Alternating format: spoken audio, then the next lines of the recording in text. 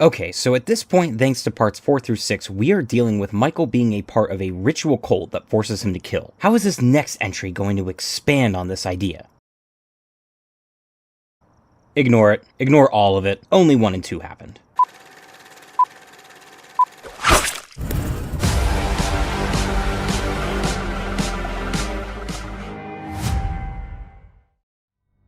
What is up, everybody? Welcome back to my look at the Halloween franchise. Today, Laurie Strode gets her revenge on Michael in Halloween H20. The Curse of Michael Myers made a modest return at the box office, but fans and critics felt it was too confusing and messed with the Michael mythos. The franchise was on the downslope, resorting to plans of a 7th installment being straight to video. Dimension Films approached screenwriter Robert Zappia to pitch an idea to Mustafa Akkad that would ignore anything involving the Cult of Thorn. His original story involved Michael infiltrating a prep school while the authorities request the assistance of a serial killer in catching Michael, a la Silence of the Lambs. However, the studio wanted to make this extra special with the 20th anniversary of the original looming. Jamie Lee Curtis was asked to reprise her role as the titular heroine Laurie Strode, and she accepted out of loyalty to the fans. Zappia was given the bad news good news that his script was being tossed out, but now it was going to be a theatrical release involving Jamie Lee, so he would have to write a new one to incorporate Laurie. The story would now involve Laurie Strode faking her death, moving to California, and becoming the head mistress of a prep school under the name Carrie Tate. Michael would track her and her son John down 20 years after the night he burned to death. Thanks to his work with Jamie Lee and directing duties on Friday the 13th Parts 2 and 3, Steve Miner was hired to direct the feature. Newcomer Josh Hartnett would play Laurie's son John, the role of his girlfriend Molly was given to Michelle Williams, and LL Cool J was given the comedic relief opportunity in security guard Ronnie. Chris Duran would also be the new Michael Myers. Would this reunion 20 years in the making live up to the hype? Let's find out. The movie begins in Langdon, Illinois on October 29, 1998. Marion Chambers, yep, the nurse from the original 2 entries played once again by Nancy Stevens, arrives home to see her house has been broken into. Freaked out, she goes to her neighbors for help. Hey! Joseph Gordon-Levitt as Jason Voorhees. When are we gonna get that movie? Jimmy and his pal Tony call the police for Marion, but Jimmy decides to check out the crime scene and tries to intimidate the intruder. Jimmy been suspended 5 times this year already for getting a little crazy with the stick, alright? He ends up being of no use, stealing some beer and making a mess of Marion's kitchen. However, after he exits the house, he lets her know that whoever was in there before trashed her office. She rushes in to check and finds that all the files on Laurie Strode are now missing. Michael is actually still in the house doing a little stalking, leading Marion to once again seek help from Jimmy. Jimmy! Oof, I remember that kill freaked me out as a kid. Looks damn painful for poor JGL. Marion tries to escape, but is met by the dead body of Tony and Michael. The police arrive at her place while she needs help next door. She manages to fight back against Michael for a bit, but in the end, he gets the upper hand.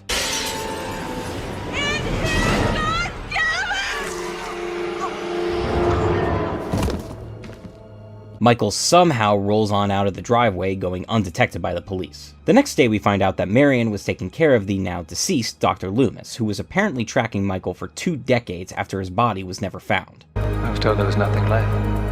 No reason, no conscience, no understanding, even the most rudimentary sense of life and death. That is voice actor Tom Kane reciting Loomis's monologue from the original. The filmmakers did not have the necessary audio of Donald Pleasance from that scene, so Tom was brought in. He does a decent enough job at attempting to imitate Loomis that it helps me enjoy the opening credits with all the images of crime scenes he's been watching. Cut to Laurie waking up from a nightmare, alerting her son John to help. There is no reference to Jamie ever existing, so whether or not she even exists in this timeline is up in the air. They are in Summer Glen, California, and it's October 31st, Halloween. They establish that John is 17 and his parents have been separated for quite some time. Laurie is very overprotective, standing firm in her decision to not let John go on the class trip to Yosemite. She's the headmistress of Hillcrest Academy, but is very unstable, being classified as an alcoholic by her son while having visions of Michael's return. We get to meet John's friends Charlie and Sarah and his girlfriend Molly. These 3 are unable to go to Yosemite as well, giving them the idea that they should have a secret Halloween party. Cut to a mother and her daughter pulling over to use the bathroom, unaware a serial killer is parked along with them. They each take a stall in the men's room, but after the mother leaves her purse unattended,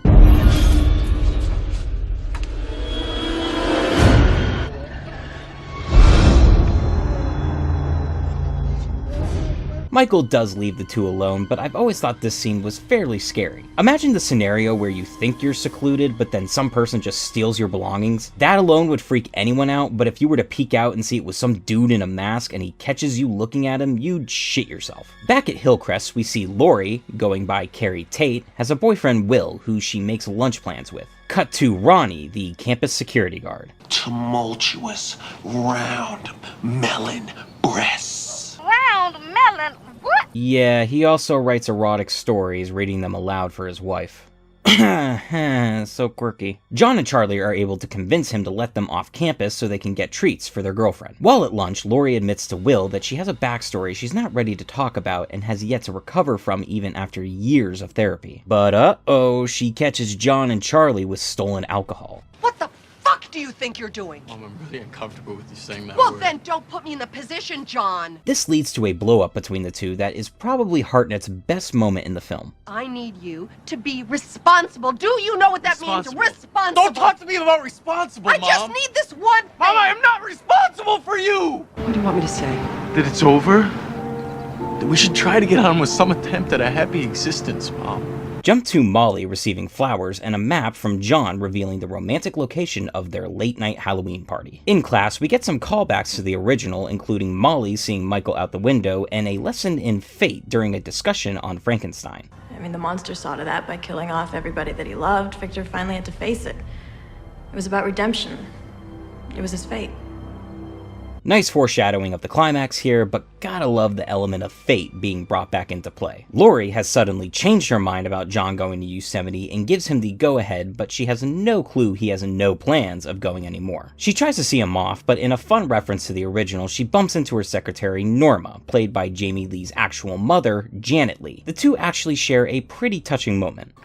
I don't like to see you like this. We've all had bad things happen to us. The trick is to concentrate on today.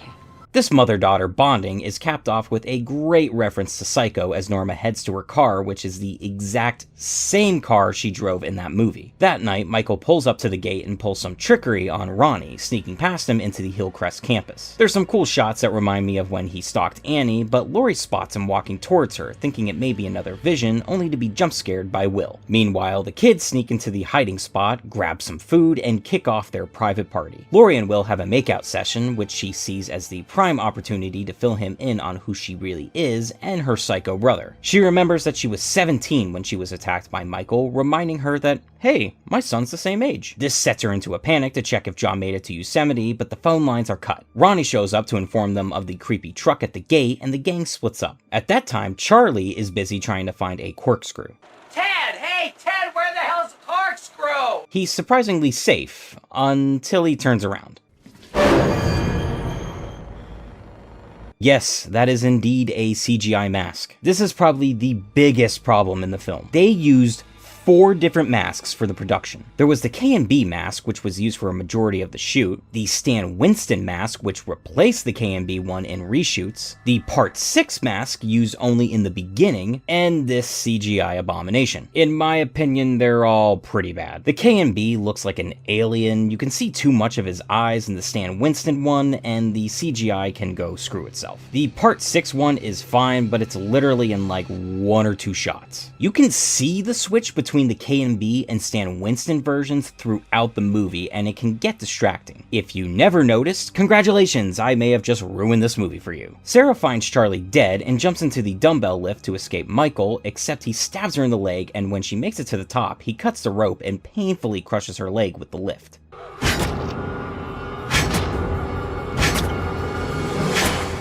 Poor girl got it the worst out of anybody, even though she was a decent person. She's even strung up to be found by John and Molly. Those two run off, but drop the keys after making their escape, almost letting Michael get a hold of them.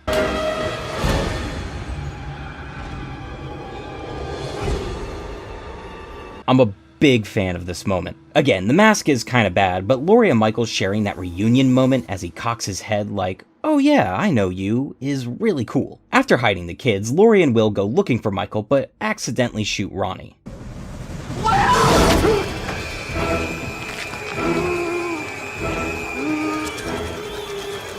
love this callback to the Nurse Jill kill from Halloween 2. Just as brutal, as you can see the knife actually go through his stomach. Laurie finds the kids and gets them away from the campus, but she stays behind and instructs them to drive down the road and call the police. She grabs herself an axe and calls out Michael.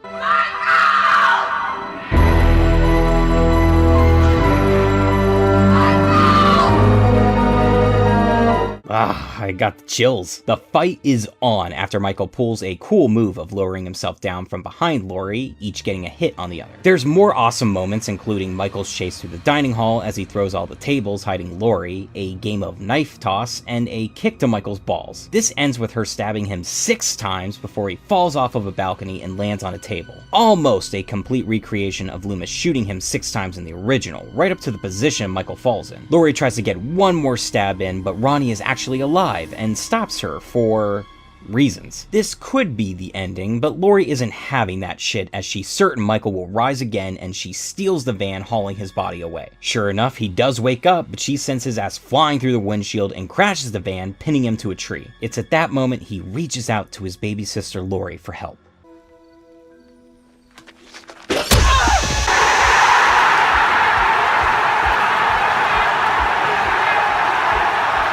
My overall thoughts on Halloween H20, top 3 in the franchise for me. I don't know if it's the nostalgia because it's the one I remember seeing first, but I have such a blast with it. I think the opening is great, bringing back another character from the original with Nurse Chambers and have her try to fight off Michael. It's believable for Laurie to be struggling with these traumatic events all these years later, but attempting to have some sort of normalcy by changing her name, faking her death, and moving all the way to California with her son. I like the relationship she and John have as well. She is a wreck, but he's also doing his best to help her, despite it coming to a boiling point where he's sick of her anxiety spilling out onto him and truly keeping them from ever living any kind of normal life. They also have some good back and forths that help me believe they're mother and son. I genuinely like Josh Hartnett's performance, and he makes John very likable. It's a shame he disappears by the end. The remaining characters are okay, not the worst, but not complete standouts either. Charlie and Sarah are cute, but are really just there for the body count. Molly is just there. Michelle Williams is a fantastic actress, but they gave her almost nothing to do other than being the girlfriend. I do like Will because he does really care about Laurie and wants to be there for her and help her while she fights her past. Ronnie is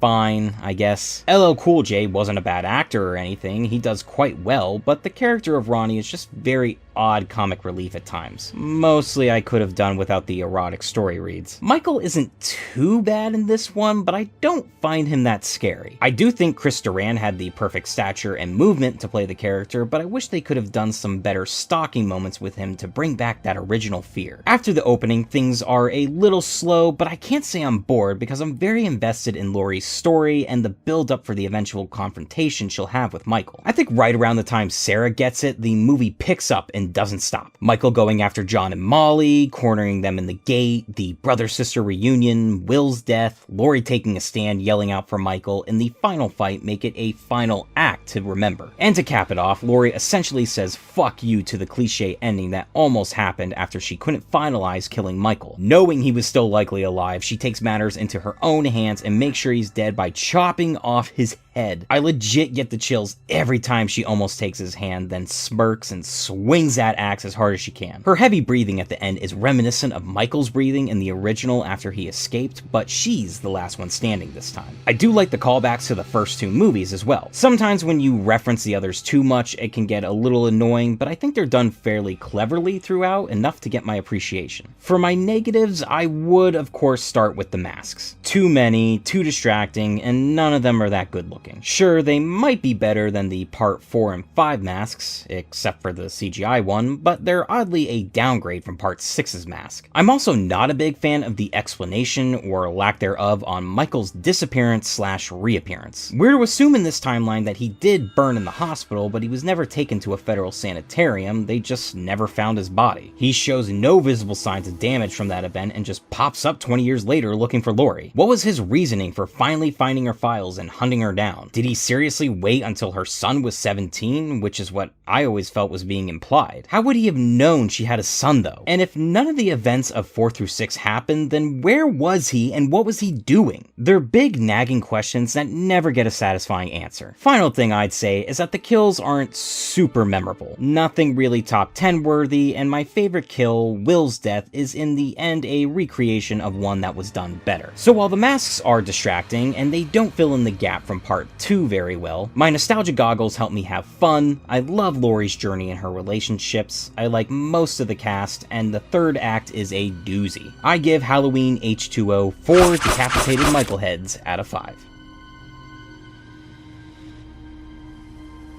But let me know your thoughts. Do you wish they had continued the Thorn storyline, or did you enjoy Laurie returning to face her demons? And what was your favorite kill? Don't forget to subscribe and follow my Twitter and Instagram. Links to those are in the description. Next week, trash, as I take a look at Halloween Resurrection. Until next time, peace.